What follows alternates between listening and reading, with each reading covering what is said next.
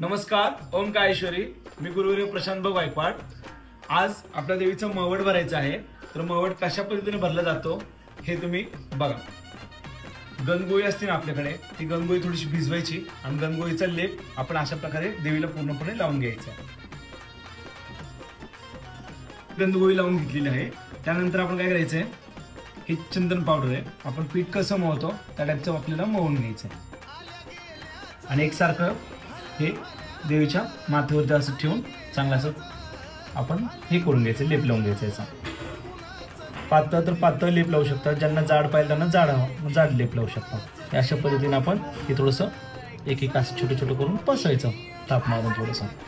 त्यानंतर असं अगरबत्तीनं जिथं जिथं आपला मवट पसरलाय तो थोडासा कोरून घ्यायचा आपल्याला. म्हणजे हे बघा, त्यानंतर आपल्याला आहे ना अशी 10ची किंवा 20ची नोट घ्यायची आणि बरोबर आहे ना अशा देवीची जी माथे आहे ना हे असं प्रॉपर